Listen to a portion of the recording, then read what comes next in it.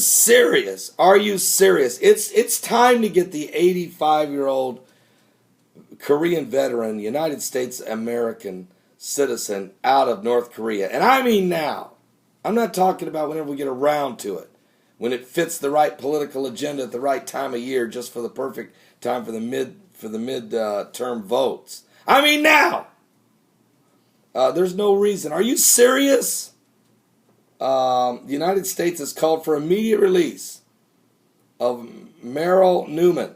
He's an elderly Californian detained in North Korea for alleged hostile acts against a reclusive communist country of North Korea. Come on, Kim Jong-un. Are you serious? This old man could beat you up in an arm wrestling match. I promise you. I promise you that. I promise you that.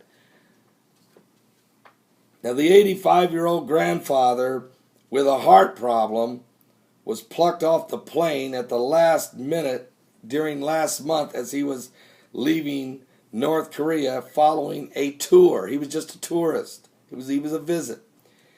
Given Mr. Newman's advanced age, his health conditions, we urge the Democratic People's Republic of Korea to release Mr. Newman so he may return home and reunite with his family, according to National Security Council spokeswoman Kathleen Hayden. In addition, for calling for Newman's immediate release, Hayden also urged North Korea to free other American citizen Kenneth Bae. Remember him? He's been rotting over there for over a year. He's another American tourist, American businessman. Both these men are Christians, by the way, just so you'll know. Kenneth Bae is being held because he is a Christian. He's out of Seattle, Washington. The 45-year-old tour operator was arrested a year ago and sentenced to 15 years of hard labor on charges of seeking to topple the government. Yeah, right. I mean, come on, I'm sick of the lie. Can I get some coffee? My throat's sore anyway, and I'm not in a good mood when it comes to people doing this to the Americans for no reason. I don't care who's doing what to who. It's wrong. And what makes me even more upset is that the media falls asleep with these stories and don't even report them. And what even makes me more furious is the United States government pacifies their enemies, appeases their enemies, instead of just putting it down on them and say, you let these people go now.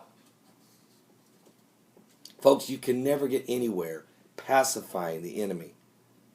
And they're enemies. When people just take your citizens off the planes, when people run around saying they want to annihilate you, and they make videos about how they want to blow you up, and then they steal your citizens off airplanes, they're your enemy. You give them 48 hours. That's it. You give them 48 hours. And then you start the hammer, okay? I'm not saying total annihilation. I'm saying you start the hammer. You have to. There has to be. You cannot allow people to do these things. They need to understand that when you say something, you mean what you say, and you say what you mean. I know I'm a pastor of love and joy and peace. I am. I'm also I have the same characteristics in me as God does, and that is God is loving and caring and forgiving and willing to work with anybody, but He will not tolerate evil. God will not tolerate evil. He will bring judgment, and He will bring it swiftly. He says, vengeance is mine, thus saith the Lord. I will repay. Don't mess with God, and don't mess with His children, certainly. Well,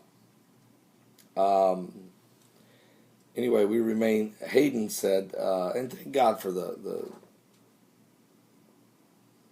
this is Hayden here who's speaking up. She says, we remain deeply concerned about the welfare of the United States citizens held in custody there in the North Korean communist nation. The State Department said that the Swedish embassy was acting on Washington's behalf since the United States has no formal ties with North Korea and was given the consular access to Newman on Saturday.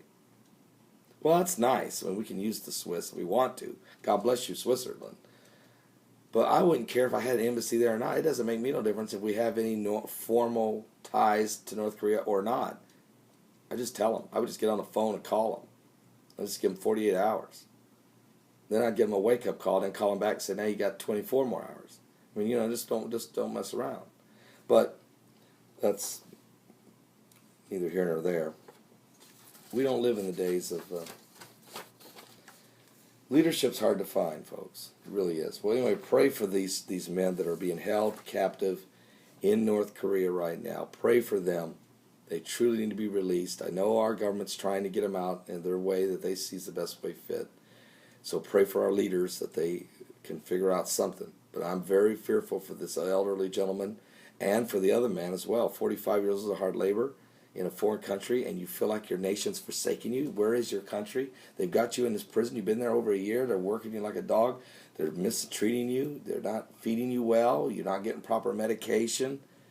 And you keep wondering every day, when is the United States going to walk in and get you out of here? You haven't done nothing wrong, and yet nobody's coming. You have to understand, these men need prayer.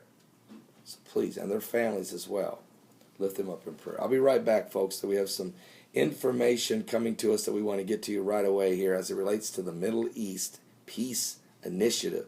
Wow, things are starting to really break quickly. And we may be seeing one of the biggest biblical milestones ever to be fulfilled in our lifetime, since the last time anything was this big was 1948, when Israel became a nation, and then 1967, when Jerusalem was unified. Now we're getting ready to see something even bigger than that, something that was spoken of by Jesus Christ himself, that when you see this coming, you know you're right at the end. I'm Pastor Paul Begley. I'll be right back in just a moment. Give your life to Jesus Christ. We're truly running out of time.